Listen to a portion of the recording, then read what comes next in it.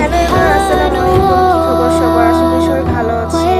আমি আজকে শোল মাছ, গোড়া মাছ সব রান্না করতেছি।